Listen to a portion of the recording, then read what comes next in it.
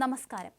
ബാധ ഒഴിപ്പിക്കലിന്റെ പേരിൽ 16 വയസ്സുകാരിയെ പീഡിപ്പിച്ചു എന്ന പരാതിയിൽ കഴിഞ്ഞ ദിവസമാണ് മുരാരി തന്ത്രി എന്നറിയപ്പെടുന്ന VS രാജൻ ബാബു അറസ്റ്റിലായത്.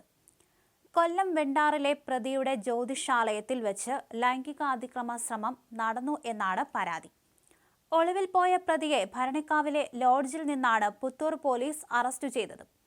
റീൽസിലും താരമായിരുന്ന രാജൻ ബാബു ചാനൽ ചർച്ചകളിലും സ്ഥിരം സാന്നിധ്യമായിരുന്നു. ഇപ്പോഴിതാ മുരാരി തന്ത്രിയിൽ നിന്നും തനിക്കുണ്ടായ മോശം അനുഭവം വെളിപ്പെടുത്തിയിരിക്കുകയാണ് സോഷ്യൽ മീഡിയ ഇൻഫ്ലുവൻസർ ജാസി.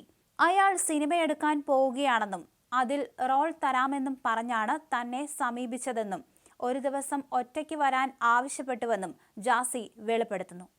ആദ്യമായി കാണാൻ ചെന്നപ്പോൾ അയാൾ തന്ന ജ്യൂസ് താൻ കുടിച്ചില്ലെന്നും കർമ്മ എന്ന ഒരു കാര്യമുണ്ടെന്ന് തനിക്കിപ്പോൾ മനസ്സിലായെന്നും ജാസി പറയുന്നു. കൊല്ലം പുത്തൂരിൽ പോക്സോ കേസിൽ അറസ്റ്റിലായ ജ്യോത്സ്യൻ മുരാരി തന്ത്രിയെക്കുറിച്ചാണ് ഞാൻ പറയാൻ പോകുന്നത്. ജാസി പറയുന്നു. അയാളെ ആദ്യമായി ഞാൻ കാണുന്നത് ദുബായിൽ വെച്ചാണ്. അയാളെ എനിക്ക് ആദ്യം പരിചയപ്പെടുത്തി തരുന്നത് മറ്റാരുമല്ല, നന്ദിനി റെഡ്ഡിയാണ്. അന്ന് ആ സ്ത്രീ എൻ്റെ സുഹൃത്തായിരുന്നു. നീ നന്നായി ആക്ടിംഗ് ചെയ്യുന്നയാളല്ലേ? മുരാരി തന്ത്രി എന്നൊരാളെ എനിക്കറിയാം. അയാൾ പുതിയൊരു സിനിമ എടുക്കാൻ പോവുകയാണ്. അതിലേക്ക് അഭിനേതാക്കളെ അന്വേഷിക്കുകയാണ്. ഒപ്പം ട്രാൻസ്ജെൻഡറായ ഡാൻസറുടെ വേഷം ചെയ്യാൻ ആളെ ആവശ്യമുണ്ട്. ആ റോൾ നിനക്ക് വേണ്ടി ഞാൻ പറഞ്ഞു വെച്ചിട്ടുണ്ട്. നിന്റെ ഫോൺ നമ്പർ അയാൾ ചോദിക്കുന്നുണ്ട്. ഞാൻ കൊടുക്കട്ടെ എന്ന് നന്ദിനി ചോദിച്ചു. ജാസി പറയുന്നു. സിനിമാ സ്വപ്നം കണ്ട് നടക്കുന്നയാളായതുകൊണ്ട് തന്നെ നമ്പർ കൊടുക്കാൻ ഞാനും സമ്മതം അറിയിച്ചു. ലേസർ ട്രീറ്റ്മെൻറ്റ് മാത്രമാണ് ഞാൻ ആ സമയത്ത് ചെയ്തത്. ഹോർമോൺസും എടുക്കുന്നുണ്ട്. അങ്ങനെ ഒരു ദിവസം മുരാരി തന്ത്രി എന്നെ വിളിച്ചു. ചെയ്യാൻ പോകുന്ന സിനിമയുടെ കഥ എനിക്ക് പറഞ്ഞു തന്നു. വീഡിയോകൾ കാണാറുണ്ടെന്നും പറഞ്ഞു. പഠിക്കാൻ ഡയലോഗും തന്നു. കിസീസിലാണ് തന്ത്രിയുടെ താമസം. നന്ദിനി റെഡ്ഡിയുടെ ബാറും അതിനടുത്താണ്. നന്ദിനി ഇതുപോലെ കുറെ കൂതറകളാണ് കമ്പനി. ജാസി പറയുന്നു. ചിലരെയൊക്കെ എനിക്കും പരിചയപ്പെടുത്തി തന്നിട്ടുണ്ട്. സിനിമയുടെ കഥ കേട്ടപ്പോൾ വലിയ കുഴപ്പം തോന്നിയിരുന്നില്ല.